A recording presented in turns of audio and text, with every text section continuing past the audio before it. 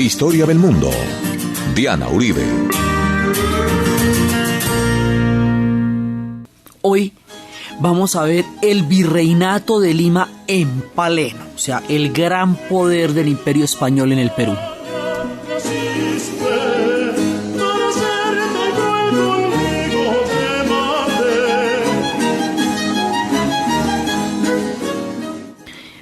El virreinato del Perú se empieza a montar con todos los hierros. La vez pasada estábamos viendo cómo pasamos de una época del pillaje, de la primera entrada, de las rivalidades entre los conquistadores, de las guerras civiles, de el tema de cómo se van a apropiar de todo este mundo que están encontrando y cómo se van a situar frente a los poderes locales que ellos mismos van inventando, y cómo España se pone las superpilas con esto.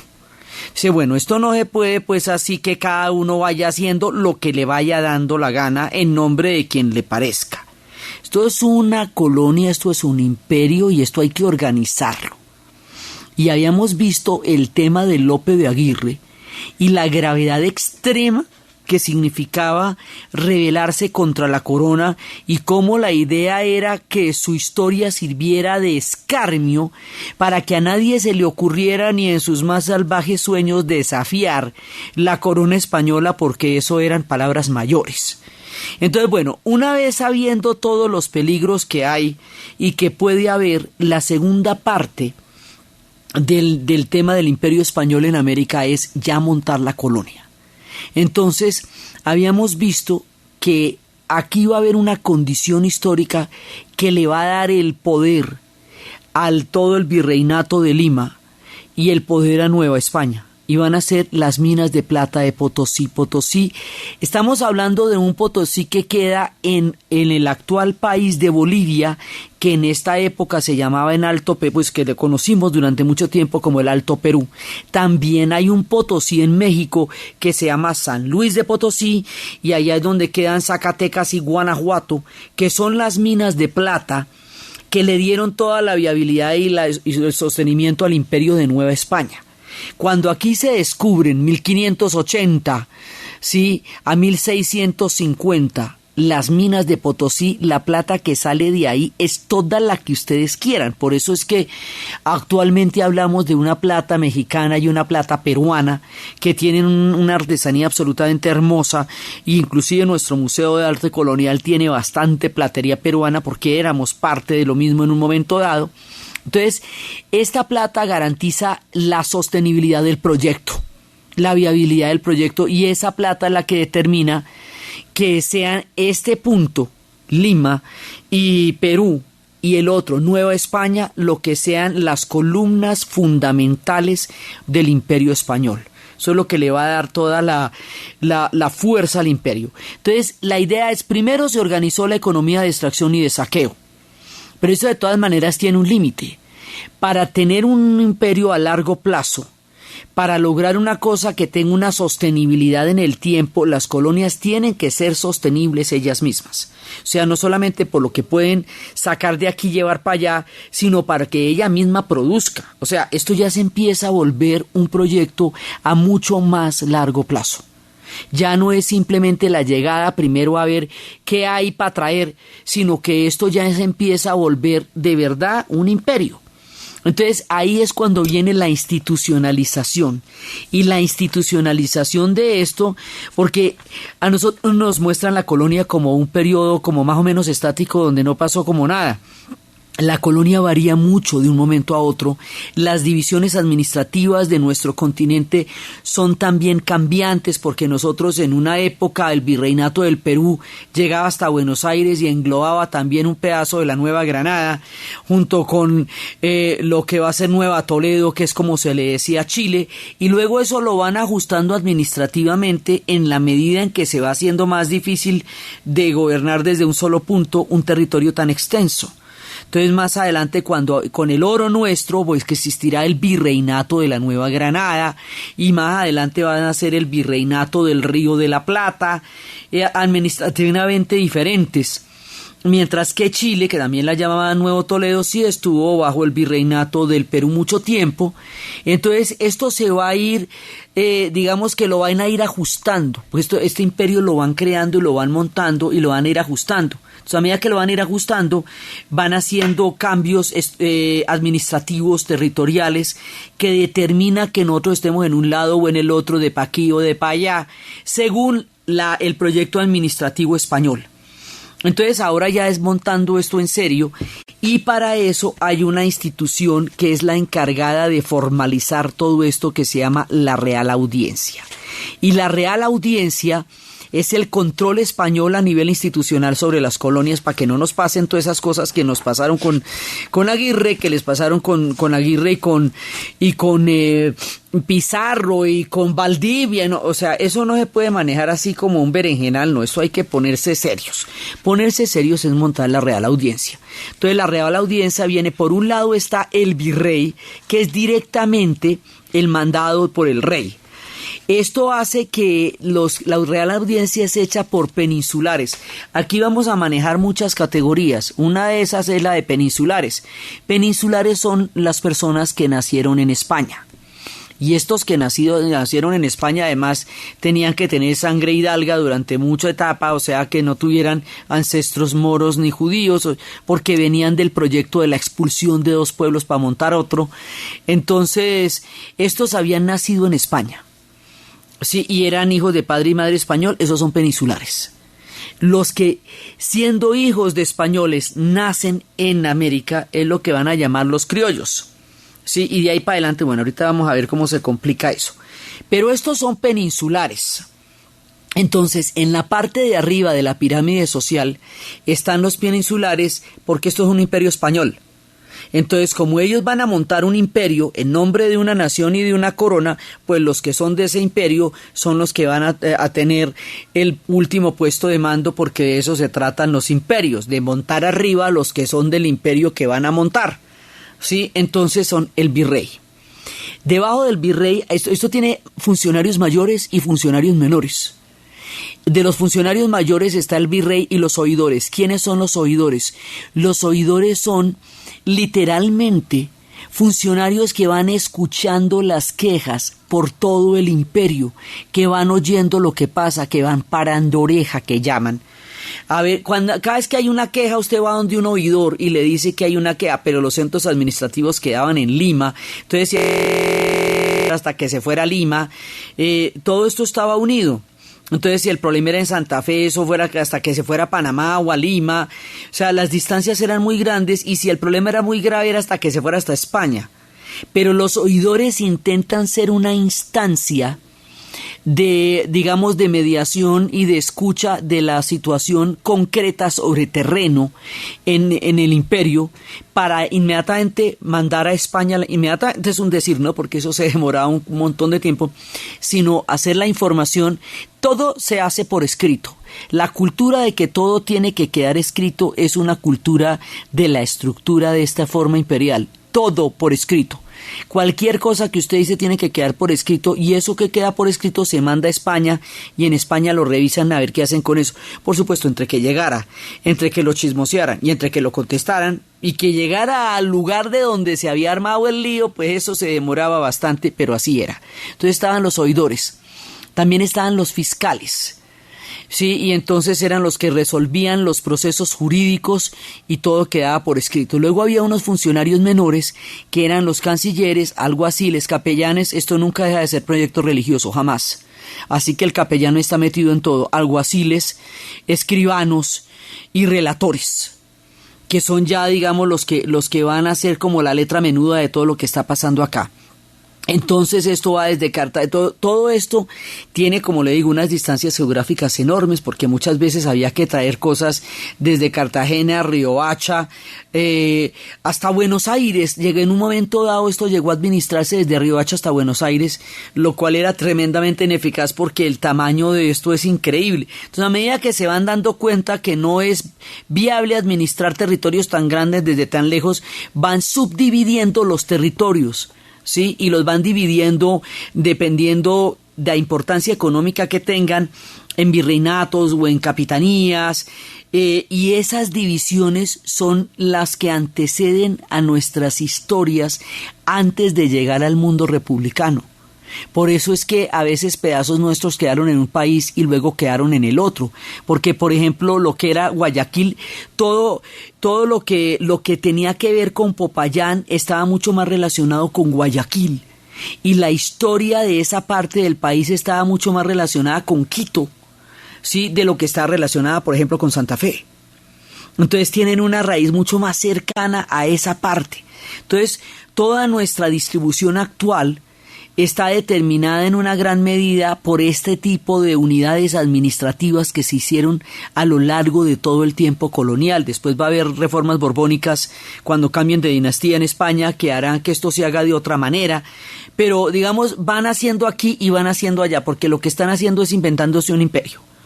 Entonces, aquí se hace, bueno, también tiene la institución de la Inquisición, porque esto nunca deja de ser un proyecto religioso. Entonces la Inquisición lo que hace es vigilar a los protestantes que no se cuele la reforma por ningún ladito, a los judíos que no haya una práctica secreta del judaísmo llamada criptojudaísmo, por la gran cantidad de judíos que llegaron en los barcos huyendo de la expulsión cuando se fue formando el proyecto español, de los musulmanes, que tampoco hubiera la manera de que practicaran la religión musulmana de ninguna manera en América. A los indígenas no se les sometía a la Inquisición porque se les consideraba nuevos en la fe, o sea que era un proceso reciente, pero a los africanos sí.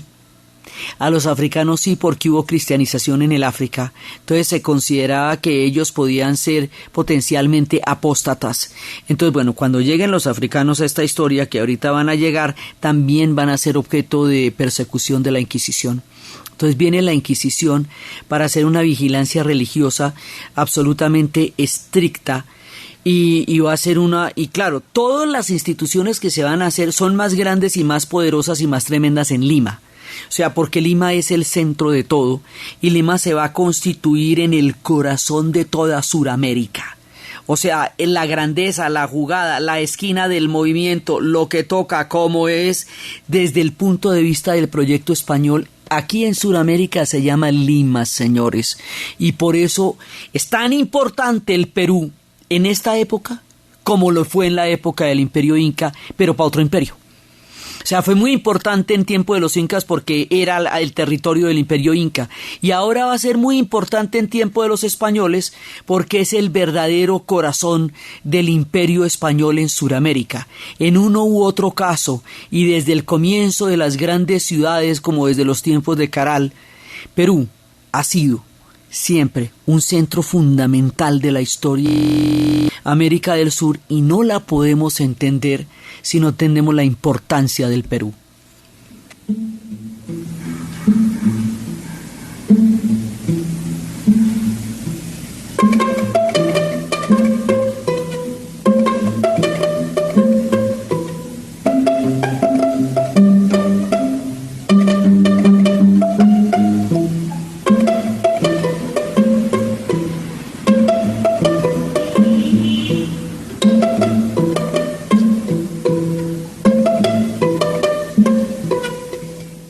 Bueno, ahora viene una cosa sumamente complicada.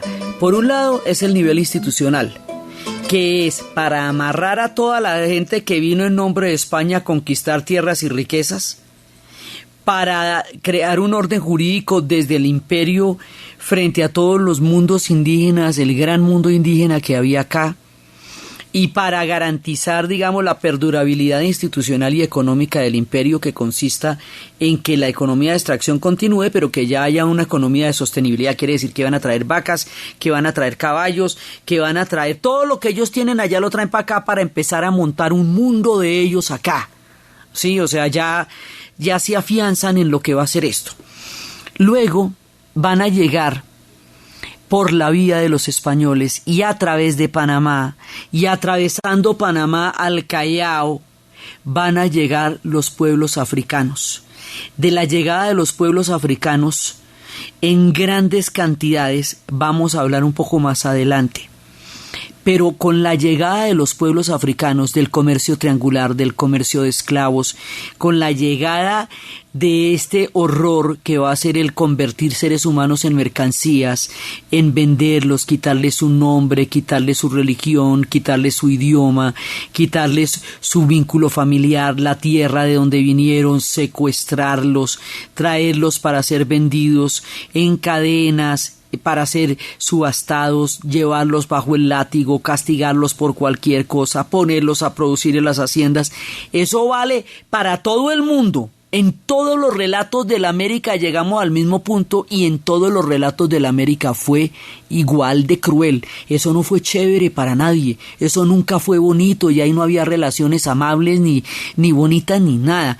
Eso fue un comercio brutal de seres humanos para enriquecer los imperios en detrimento de un continente entero al que desmembraron y desvertebraron para hacer ese comercio. Y entonces eso pues es un crimen histórico, y se llama crimen en todas partes. Se llama crimen en Cuba, como en Colombia, como en el Perú, como en Canadá, como en Estados Unidos, como en el Brasil. La esclavitud es un crimen de proporciones terribles.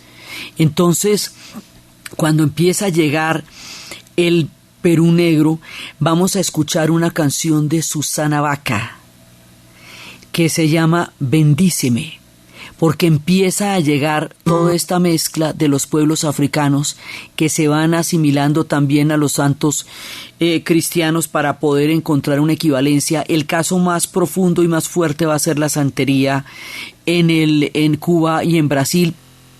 Hubo un intento de una manera de tratar de encontrar una equivalencia para continuar con la espiritualidad de un pueblo que es profundamente espiritual y poderse entender en estas condiciones. Entonces, en el caso de Quito y en el caso de Ecuador va a haber dos reinos importantísimos que serán los reinos ambos de Esmeraldas, que serán reinos indígenas y reinos africanos independientes que van a lograr tener una existencia poderosa. Es mucho más que un palenque, eso es un reino que luego logró tener un nivel de autonomía. Pero esos son dos casos excepcionales, los demás están metidos en todo el tema del comercio de esclavos. Entonces crear una identidad a partir de lo afro es muy difícil, sobre todo para los peruanos, porque el mundo indígena es gigantesco, el mundo español es virreinal.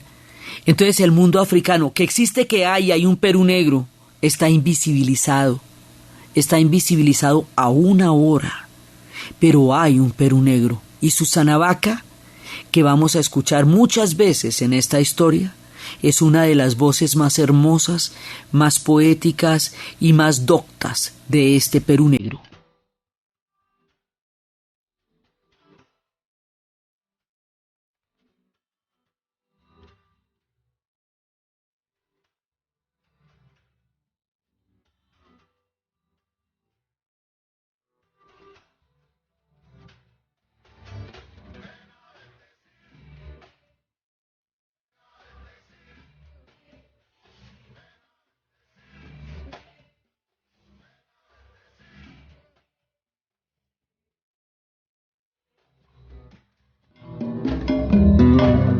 Esta misma canción de Susana Baca tiene toda la mezcla de las influencias, tiene la guitarra, tiene la caja, tiene los cantos, tiene el acervo ya sobre una base cristiana, pero de un mundo africano, un mundo que se va mezclando, que se va fusionando, que se va haciendo, y después, como le digo, hablaremos del Perú negro, del Perú africano, que es el más invisibilizado de todos y el que más trabajo le ha costado mantenerse en su identidad histórica por la fuerza de todas las otras identidades que lo han estado rodeando. Muchísima de la gente a los reinos ambos de Esmeraldas, porque habiendo un reino que era casi una nación, pues irse para allá era lo propio. Entonces aquí va a pasar una cosa bien particular y va a ser de una trascendencia muy grande, porque aún está en nuestra mentalidad, desafortunadamente. En el caso de Lima pues es mucho más pronunciado, pero vale para todo el virreinato, porque va a ser la estructura como se va a dar en ese momento, y sigue siendo un lastre, digamos, en nuestra manera de mirarnos a nosotros mismos. Se trata de las categorías sociales de las castas. del proyecto de la intolerancia que había sido la expulsión de los moros y de los judíos para crear un mundo español, castellano, aragonés, ¿sí? De eso que significaba el hidalgo, la pureza de sangre, que no tuviera ancestros judíos y no tuviera ancestros moros, como si existiera algo así como la sangre pura, como si el acervo de un pueblo dignificara o no dignificara a una persona.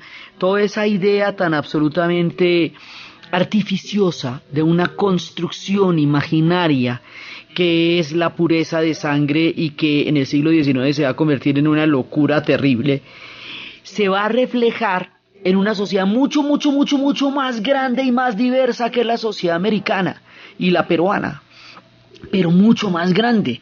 Entonces es que aquí hay mucha gente porque hay muchísimos pueblos indígenas. Con la llegada de los africanos va a haber muchísimos pueblos africanos, va a haber peninsulares que vienen directamente de España, otros que nacieron acá y que nacieron mezclándose con otro montón de gente de acá, porque los criollos nacidos acá, hijos de españoles pero nacidos acá, pues ellos también van a tener parejas con personas de las comunidades indígenas, de las comunidades negras, de todo eso. Entonces los españoles tratan de fijar como una especie de fresco una manera de ser y de vivir, que no va a funcionar así porque todo el mundo va a hacer otra cosa distinta, porque es que esto no puede tratar de ser tan rígido como ellos quieren, pero lo van a intentar. Sí, aquí digamos va a haber un mundo diferente al que ellos quieran crear. Por eso es que se acata pero no se cumple, porque las leyes están de una manera pero aquí funcionan de otra. O sea, todo esto es tratando de gobernar desde tan lejos un territorio tan grande, tan diverso y tan nuevo para ellos como es este territorio nuestro desde donde estamos contando las historias. ¿Sí? Entonces resulta que el sistema de castas determina a partir del color de la piel y de las mezclas una forma de estrato, dónde va a vivir la gente, cómo va a vivir la gente. La idea es que sea una sociedad prácticamente inmóvil porque es difícil ascender de una manera o de la otra. Esto todavía no es una categoría racial propiamente dicha, porque todavía no estamos hablando de unas razas, pero en el siglo XIX, cuando la ciencia se meta a fundamentar el racismo para justificar una gran cantidad de esquemas coloniales terribles, eso se va a volver una cosa monstruosa. Todavía estos son los cimientos de lo que va a pasar después, pero pasan en esta época y eso es parte de lo que va a generar problemas tan profundos en la identidad y en la valoración y en el sentido de construcción de una narrativa de propia autoestima desde todos nosotros aquí en la América. Ese se llama el sistema de castas. Ténganse y les digo. De española a india se llama mestizo. De mestizo y española se llama castizo. Ahí se devuelven. De castizo y española se llama español. O sea, gente de Castilla y españoles. De español y negra se llama mulato. De mulato y española se llama morisco. De morisco y española se llama chino. De chino e india se llama salto atrás. De salta atrás y mulata se llama lobo. De lobo y china se llama jíbaro. De jíbaro y mulata albarazado. De albarazado y negra cambujo. De cambujo e india zambaigo. De zambaigo y loba capulmulato. De capulmulato y cambuja tentenelaire. De tentenelaire y mulata no te entiendo. Y de no te entiendo india torna para atrás. Hágame el favor. Y póngame ese trompo en luña, como dicen, póngame. Entonces, ¿qué pasa? Que en estas lecturas de castas, cada color de la piel determinaba un puesto dentro de la sociedad. Entre más clara fuera la piel, más posibilidades tenía esa persona de estudiar, de tener grandes beneficios económicos o un puesto dentro de la sociedad, o de no tenerlo. Por eso era la idea de blanquear la piel, y esto del blanqueamiento llegó a tener unas cédulas en las cuales alguien por dinero podría comprar los privilegios de un blanco sin serlo. Entonces, esto que es una construcción artificial traída de los cabellos, montada de vete tú a saber dónde, se va a convertir en una categoría según la cual la gente va a valer más o menos por el color de la piel. ¿Sí? Esto todavía lo cargamos como lastre. Esto todavía hace que a la gente se le insulte diciéndole indio. Esto todavía hace que a la gente se le vea de una manera u otra manera según el color de la piel. Es una herencia colonial de las más fatídicas y complicadas. O sea, hubo muchas cosas en las cuales la cultura encontró otros nuevos caminos, pero aquí retrocedió millones de años, porque este tipo de cosas no estaban en el mundo indígena. Acuérdense que los incas se hermanaban con otros diferentes pueblos y no se les ocurría que los otros pueblos fueran menos que ellos, sino que querían que participaran del imperio inca para expandirse. Pero no era que fueran pueblos cuya estirpe fuera de menor valía o si no nos hubieran hermanado con ellos en matrimonios. Este es un tema que traen los europeos, que en cada una de las diferentes formas de dominación europea tiene matices distintos, pero que básicamente es raíz. Sí, entonces, pues digamos, este es el origen del racismo en todas sus diferentes manifestaciones. Y también del clasismo, porque como las clases sociales van a estar fundamentadas de acuerdo con este color de la piel, entonces pues las personas que tengan la piel más blanca van a tener mejores oportunidades y se van a considerar, mire, toda la cantidad de dichos que nosotros tenemos para legitimar esta locura, siguen siendo muy complicados. ¿Quién es gente y quién no es gente? ¿Sí? ¿Quién es de los unos o quién es de los otros? ¿Quién tiene apellidos que vienen de origen peninsular?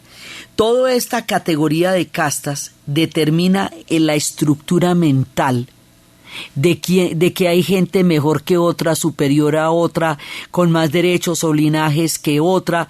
Todo ese conflicto de identidad racial y de clase que no hemos resuelto en América Latina viene del sistema de castas.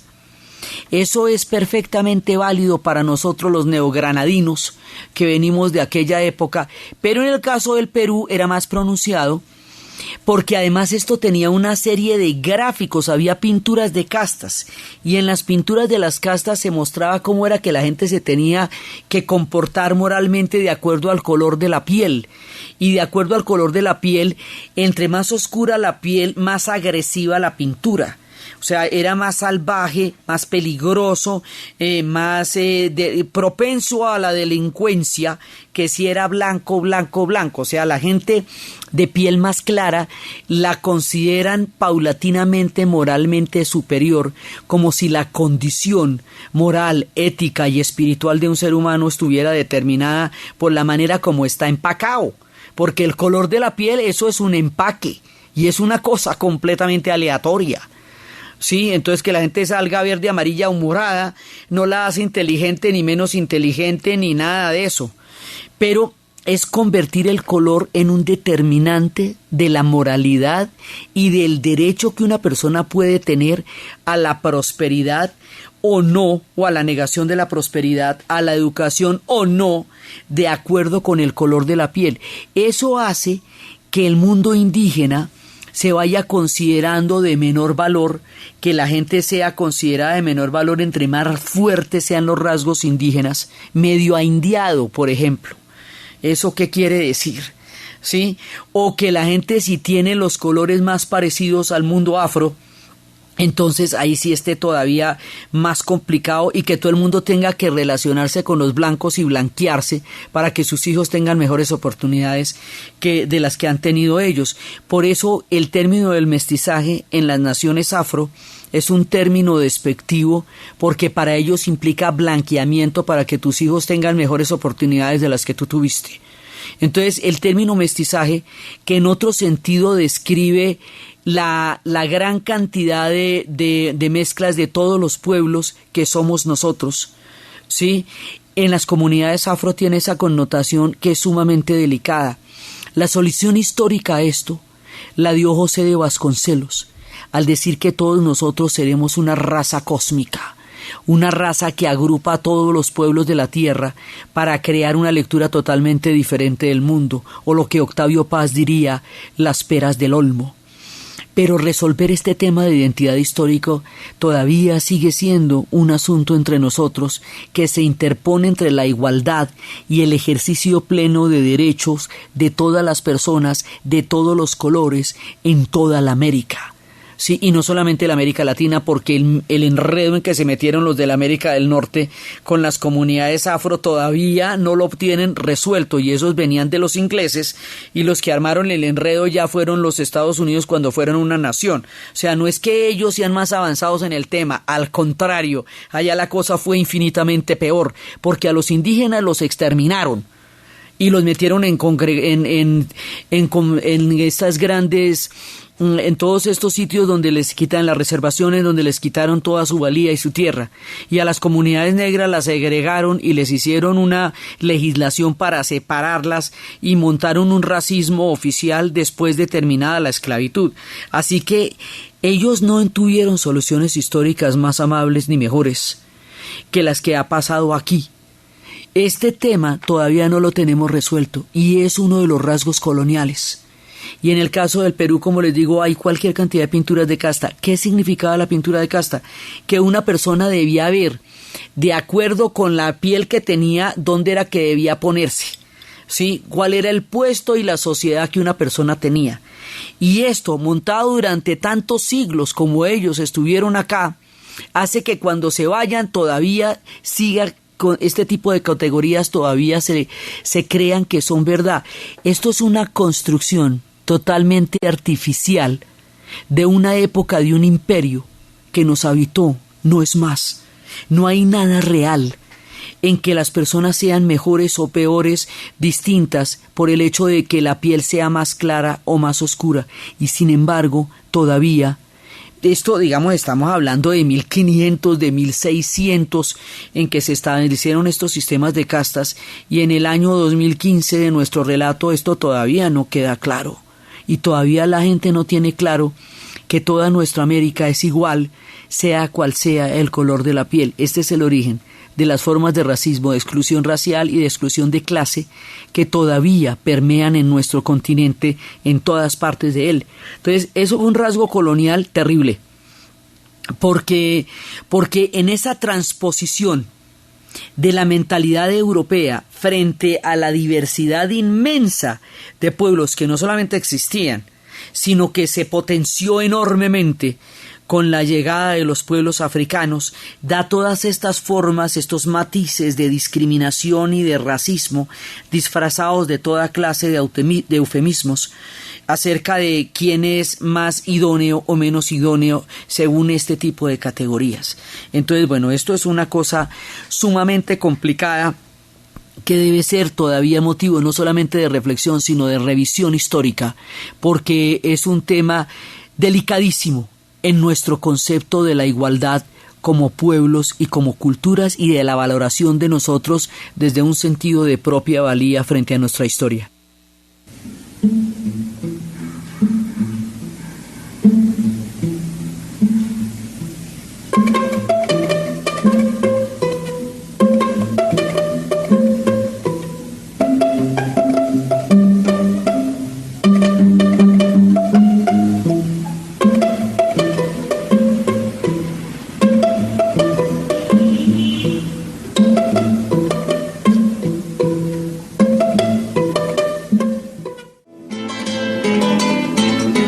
El Virreinato de Lima se va haciendo cada vez más grande y más poderoso, y se va haciendo el epicentro de todo, por la riqueza del Potosí. Pero es que ellos también tienen otra cosa que a nosotros no nos han contado mucho. Normalmente la historia del Imperio Español se ha contado solamente desde el Atlántico, como si hubiera sido solamente un tema del Océano Atlántico.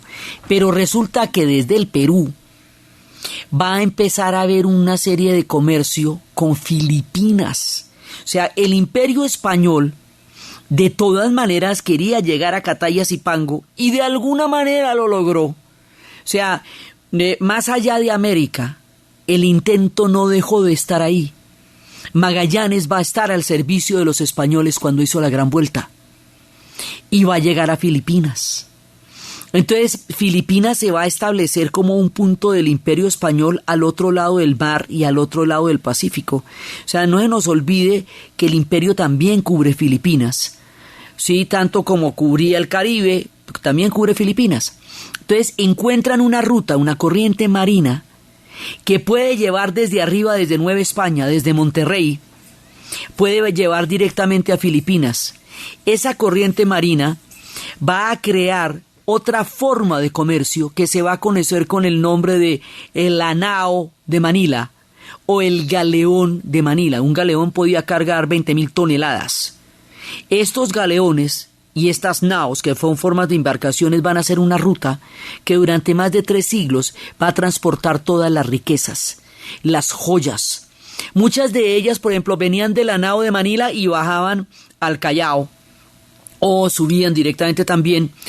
Y era una manera de transportar lo más valioso, porque en el Océano Pacífico, en la ruta de la nao, eso llega hasta Monterrey, Alta California. Por eso es que el Imperio Español va a llegar hasta la Alta California, porque uno dice, bueno, ¿y para qué se van para allá si esto aquí también está tan bueno? Porque es que por allá llegaban, de Monterrey podían establecer esta ruta por la corriente marina hasta Filipinas. Y esta ruta les dio una gran cantidad de posibilidades de riquezas porque era una ruta segura. Los problemas del Caribe eran inmensos por la piratería. Tratar de mantener las riquezas por el Caribe es muy dispendioso. Entonces ellos tenían la nao de Manila, el galeón de Manila, que le daba a Nueva España una importancia total en el proyecto imperial y que alimentaba la riqueza entre los dos puntos de la importancia del imperio, la Nueva España y el Virreinato del Perú. Entonces desde aquí también, y los astilleros de los galeones quedaban en Filipinas, así como los barcos que se armaban para llegar al Callao se armaban en Panamá. Sí, digamos, no es que usted haga toda la vuelta a todo, sino que es que usted tiene astilleros en distintos puntos y va montando los astilleros y desde ahí van montando las rutas.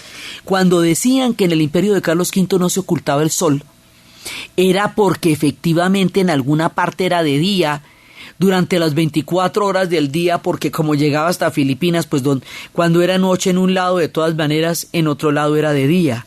Es que a nosotros no nos muestran el tema Filipinas, pero el tema Filipinas es muy importante porque originalmente toda la investigación y toda la ruta y toda la inversión era para llegar a Cataya-Zipango, y a Cataya-Zipango se llega desde allá, o sea, es el Asia también.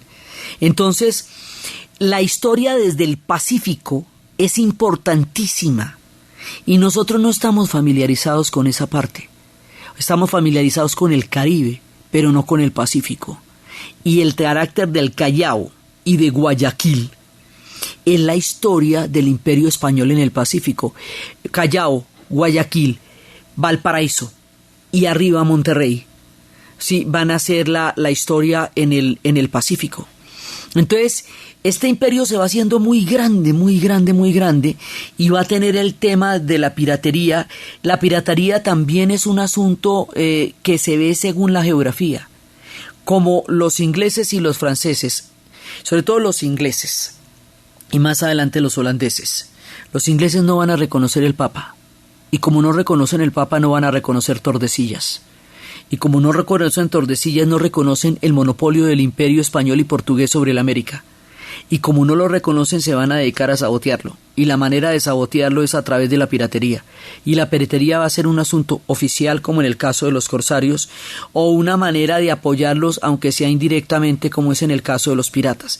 Para los ingleses y para los franceses, los piratas son personajes importantísimos que contribuyen a la corona. Cuando Francis Drake da la vuelta por el Pacífico y logra atrapar uno de esos grandes barcos, con esa plata Inglaterra va a sanear la economía, Isabel I, y va a empezar las grandes empresas de colonización, y lo tienen una muestra de eso en Londres. Entonces la piratería se mira según de la nacionalidad, desde donde vengan. Desde el punto de vista hispano era el terror. Desde el punto de vista anglo, era la manera como ellos peleaban la guerra por la supremacía imperial en el Caribe. Esto era parte también de lo que estaba pasando, y por eso la ruta del Pacífico es tan importante, y la nao de Manila va a ser fundamental. La forma como este virreinato se va reestructurando la manera como se van a hacer las reformas borbónicas, que van a ser unos cambios administrativos fundamentales, de donde va a salir la independencia, que en el caso del Perú fue una independencia a regañadientes, y toda esta nueva estructuración del proyecto que somos nosotros dentro de este esquema del mundo es lo que vamos a ver en el siguiente programa. Entonces, desde los espacios de la Real Audiencia, de la institucionalización, de las minas de Potosí, de la NAO de Manila, de la Ruta del Pacífico, de la consolidación de un imperio y de las fatídicas herencias de los sistemas de castas en nuestra sociedad actual, en la narración de Diana Uribe, en la producción Jessy Rodríguez, y para ustedes, feliz fin de semana.